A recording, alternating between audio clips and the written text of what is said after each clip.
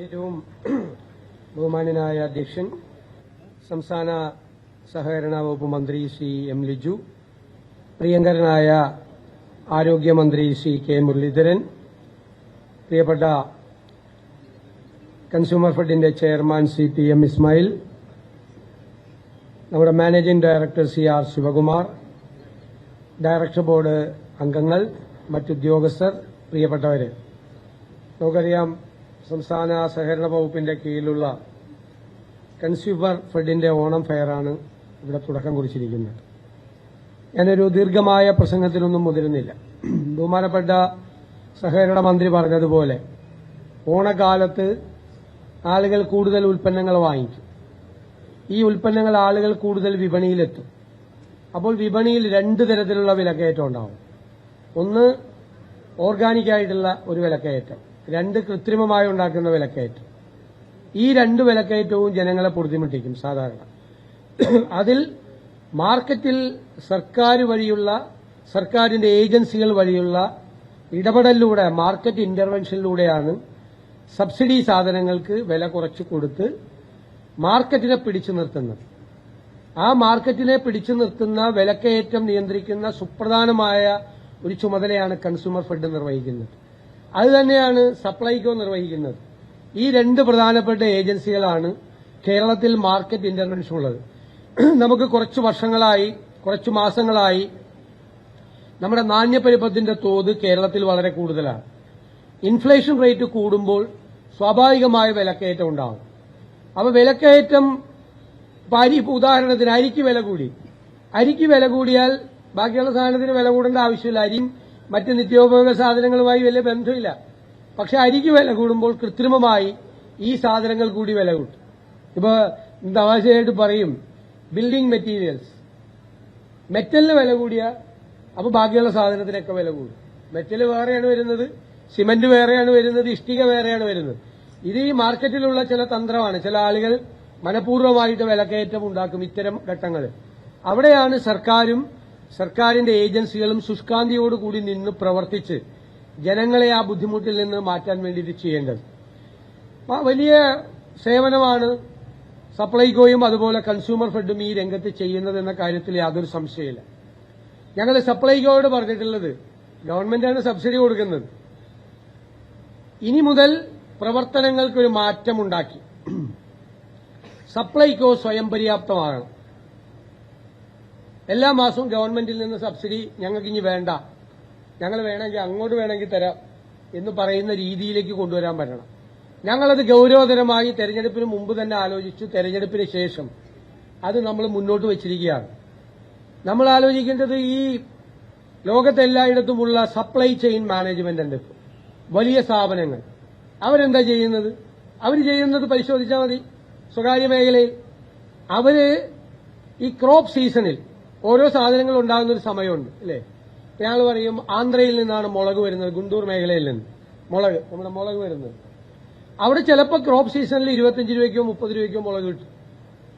അപ്പൊ ഈ supply chain management ചെയ്യുന്നത് ആ ക്രോപ്പ് സീസണിൽ ഏറ്റവും വില കുറഞ്ഞ സമയത്ത് ആ ഉൽപ്പന്നം സംഭരിച്ച്, ആ ഉൽപ്പന്നം വാങ്ങി അത് വലിയ സ്റ്റോറേജ് ഫെസിലിറ്റിയോടുകൂടി സംഭരിക്കും. ലക്ഷക്കണക്കിന് ടൺ സ്റ്റോർ ചെയ്യാൻ പറ്റിയ ഫെസിലിറ്റി ഉണ്ടാക്കിയിട്ട് അത് സംഭരിക്കും. എന്നിട്ട് ഓഫ് സീസൺ ആവും. ഓഫ് സീസൺ ആകുമ്പോൾ 25 രൂപ 30 രൂപയുടെ മുളക് 100 രൂപയാവും. അപ്പൊ ഇവർ ഈ സ്റ്റോറിൽ നിന്ന് ഈ സാധനം എടുത്ത് മാർക്കറ്റിൽ 100 രൂപയ്ക്ക് വിൽക്കും. അപ്പൊ എത്രയാണ് വ്യത്യാസം?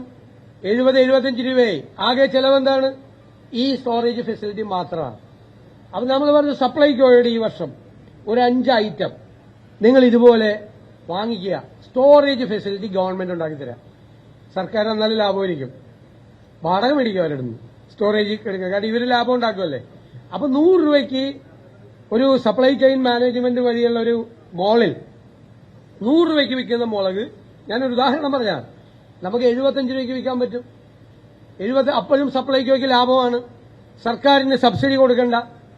അങ്ങനെ സ്വയം പര്യാപ്തതയിലേക്ക് അതിന് പോകണം. അതിനുള്ള എക്സ്പേർട്സുകളെ കൂടി നമ്മൾ കൊടുത്തിട്ട് ഓരോ ഈ പബ്ലിക് സെക്ടർ അതിനെ മുഴുവൻ സ്വയം പര്യാപ്തമാക്കാനുള്ള സംരംഭം വേണം. ഞാൻ കൺസ്യൂമർ ഫെഡ് ചെയർമാൻ എടുത്തു പറഞ്ഞു, ഇവർ കുറെ ഉൽപ്പന്നങ്ങൾ നല്ല രീതിയിൽ വെളിച്ചെണ്ണ, നോട്ട്ബുക്ക്, മറ്റ് ഐറ്റംസ് താഴെത്തട്ടിൽ നിന്നും സഹകരണ സംഘങ്ങൾ വഴി ഉണ്ടാക്കി കൊണ്ടുവരുന്നുണ്ട്. നല്ല പ്രോഡക്റ്റുകളാണ്, ക്വാളിറ്റിയുള്ള പ്രോഡക്റ്റുകളാണ്. ഇപ്പൊ പറഞ്ഞ വെളിച്ചെണ്ണ ഏറ്റവും കൂടുതൽ മായം ചേർക്കപ്പെടുന്ന ഒന്നാണ് മാർക്കറ്റിൽ, ഏറ്റവും കൂടുതൽ. എന്തൊക്കെയാ ചേർക്കണമെന്ന് കണ്ടാൽ പിന്നെ വെളിച്ചെണ്ണ നമ്മൾ ഓടും. ഞാനൊന്നും പറയുന്നില്ല, ഓണക്കാലത്ത് പേടിപ്പിക്കുന്നില്ല. ഓണക്കാലത്ത് വെളിച്ചെണ്ണയിലൊക്കെ ഉപ്പേരിയൊക്കെ ഉണ്ടാക്കേണ്ടതാണ്. അത്രമാത്രം മായമാണ് ഓരോ സാധനങ്ങളിലും ചേർക്കുന്നത്. ഇതങ്ങനെയല്ല, നമുക്ക് പൂർണ്ണമായ ഗ്യാരണ്ടി കൊടുക്കാൻ പറ്റുന്ന ഒരു മായവും ചേർക്കാത്ത ഉൽപ്പന്നമാണ് ഇവരുണ്ടാക്കുന്നത്. ഞാൻ ഇവരോട് പറഞ്ഞു, ഈ മാസം 18-ാം തീയതി തിരുവനന്തപുരത്ത് വിഴിഞ്ഞം തുറമുഖത്തിന്റെ കയറ്റുമതി ഇറക്കുമതി സംരംഭങ്ങൾ ആരംഭിക്കുക. ആ കയറ്റുമതി ഇറക്കുമതി സംരംഭങ്ങൾ ആരംഭിക്കുമ്പോൾ കേരളത്തിലുണ്ടാക്കുന്ന ഉൽപ്പന്നങ്ങൾ കേരളത്തിൽ നിന്ന് കയറ്റുമതി ചെയ്യാൻ ഇനി പകുതി ചെലവേ ഉണ്ടാവുള്ളൂ. പകുതി ചെലവ്, സമയം 5-1 കുറയും. അപ്പൊ നമുക്ക് കൺസ്യൂമർ ഫെഡ് ഉണ്ടാക്കുന്ന ഉൽപ്പന്നങ്ങൾ നമുക്ക് കയറ്റുമതി നടത്താൻ അവരതിന്റെ ശ്രമം നടത്തുന്നുണ്ട്. കയറ്റുമതി നടത്താനുള്ള ശ്രമം ആരംഭിക്കണം. അതിന് ഞങ്ങൾ ഒരു കാര്യം കൂടി ബജറ്റിൽ പ്രഖ്യാപിച്ചിട്ടുണ്ട്. എന്താണ്? കേരള ബ്രാൻഡ്. അതിനൊരു ലോഗോയൊക്കെ തന്ന് കേരള ബ്രാൻഡിന്റെ അംഗീകാരം ഈ പ്രോഡക്റ്റുകൾക്ക് തരും. അപ്പൊ കേരള ബ്രാൻഡ് എന്ന് പറഞ്ഞാൽ ആ ഗൾഫിലേക്കൊക്കെ അത് ചെന്നാൽ മതി, എല്ലാവരും മേടിച്ചോളൂ. എല്ലാവരും മേടിക്കും. കാരണം നാടിന്റെ മണമുള്ള, നാടിന്റെ ഗന്ധമുള്ള ഉൽപ്പന്നങ്ങളാണ് ഗൾഫിൽ മുഴുവൻ ഇല്ലേ. നമ്മുടെ മലയാളികൾ മറ്റുള്ള സംസ്ഥാനങ്ങളിൽ നിന്നും മറ്റുള്ള രാജ്യങ്ങളിൽ നിന്നും വരുന്ന ആളുകളെ കൂടി അത് വാങ്ങിക്കാൻ പ്രേരിപ്പിക്കും. നമുക്ക് നല്ല മാർക്കറ്റ് ആദ്യം ഗൾഫിലും ഇപ്പൊ യൂറോപ്പിലേക്ക് ആളുകൾ പോകുന്നതുകൊണ്ട് നമുക്ക് യൂറോപ്പിലേക്കും നമ്മുടെ ഉൽപ്പന്നങ്ങൾ മാർക്കറ്റ് ചെയ്യാൻ നമുക്ക് കഴിയും. അപ്പോ നമ്മൾ അതിലൂടെ ലാഭമുണ്ടാക്കി സ്വയം പര്യാപ്തത കൈവരിക്കാൻ കഴിയും. അതിന്റെ അർത്ഥം എന്താ? താഴെ തലങ്ങളിൽ ഇവര് സഹകരണ രംഗത്താണ് ഈ ഉൽപ്പന്നങ്ങൾ ഉണ്ടാക്കുന്നത്. ആ ഉണ്ടാക്കുന്നവർക്ക് കൂടി ന്യായമായ ഒരു തുക കൊടുത്ത്, സ്ത്രീകളായിരിക്കും കൂടുതൽ. ഇപ്പൊ നോട്ട്ബുക്കൊക്കെ രംഗത്ത് ഏറ്റവും കൂടുതൽ പ്രവർത്തിക്കുന്നത് 90% സ്ത്രീകളാണ്. വെളിച്ചെണ്ണ ഉണ്ടാക്കാൻ വേണ്ടിയിട്ടും പ്രവർത്തിക്കുന്നത് സ്ത്രീകളാണ്. ഈ സർക്കാരിന്റെ വലിയൊരു ലക്ഷ്യം താഴെത്തട്ടിലുള്ള സാധാരണക്കാരായ സ്ത്രീകളെ ഈ കൺസ്യൂമർ ഫെഡിനെ സപ്ലൈകോയെ മാത്രം സ്വയം പര്യാപ്തരാക്കിയാൽ പോരാ, സ്ത്രീകളെ കൂടി സ്വയം പര്യാപ്തരാക്കണമെന്നാണ്. അതിനുള്ള സംരംഭം, അവരെ കൂടി പ്രോത്സാഹനവും. അവരുണ്ടാക്കുന്ന ഒരു ഉൽപ്പന്നം നമുക്ക് അഭിമാനത്തോടുകൂടി ക്വാളിറ്റിയുള്ള ഉൽപ്പന്നമാണ് എന്ന് പറഞ്ഞ് കേരള ബ്രാൻഡോടുകൂടി ലോകത്തിന്റെ മുന്നിൽ അവതരിപ്പിക്കാൻ കഴിയണം. ആ രീതിയിൽ ഈ 2 ഏജൻസികളെ, കൺസ്യൂമർ ഫെഡിനെയും സപ്ലൈകോയെയും, സപ്ലൈകോ ഈ പണി ചെയ്യുന്നില്ല. സപ്ലൈകോ നിങ്ങൾ ചെയ്യുന്ന ജോലി ചെയ്യുന്നില്ല. അവർ മാർക്കറ്റിൽ നിന്ന് മേടിച്ച് സബ്സിഡി കൊടുക്കുകയാണ്. ആ സബ്സിഡി അങ്ങനെ തന്നെ സർക്കാർ കൊടുക്കുകയാണ്. അവരുടെയും ആ രീതികളിൽ മാറ്റമുണ്ടാക്കി കൂടുതൽ സഹായങ്ങൾ ഈ 2 ഏജൻസികൾക്കും ചെയ്ത് അവരെ കൂടുതൽ പ്രാപ്തരാക്കുക എന്നതാണ് ഗവൺമെന്റിന്റെ ലക്ഷ്യം. ഏറ്റവും പെട്ടെന്ന് വെളിച്ചെണ്ണയുടെ വില നിശ്ചയിച്ചുകൂടി കൊടുക്കും. ഇത്തരം സംരംഭങ്ങൾക്ക് ഒരു തടസ്സവും സർക്കാരിന്റെ ഭാഗത്തുനിന്നുണ്ടാവില്ല. പൂർണ്ണമായ പ്രോത്സാഹനവും പൂർണ്ണമായ പിന്തുണയുണ്ടാകും. മനോഹരമായി ഈ ഓണം ഫെയർ സംഘടിപ്പിക്കാൻ സഹായിച്ച സഹകരണ വകുപ്പ് മന്ത്രി CM ലിജുവിനെയും അതിന് നേതൃത്വം കൊടുക്കുന്ന consumer fed chairman Shri PM ഇസ്മായിലിനെയും ഡയറക്ടർ ബോർഡ് അംഗങ്ങളെയും ഉദ്യോഗസ്ഥരെയും എല്ലാവരെയും ഞാൻ പ്രത്യേകം അഭിനന്ദിച്ചുകൊണ്ട് നമ്മുടെ ഈ ഓണം സഹകരണ വിപണിയുടെ സംസ്ഥാന തല ഉദ്ഘാടനം നിർവഹിച്ചതായി അറിയിക്കുന്നു. നന്ദി.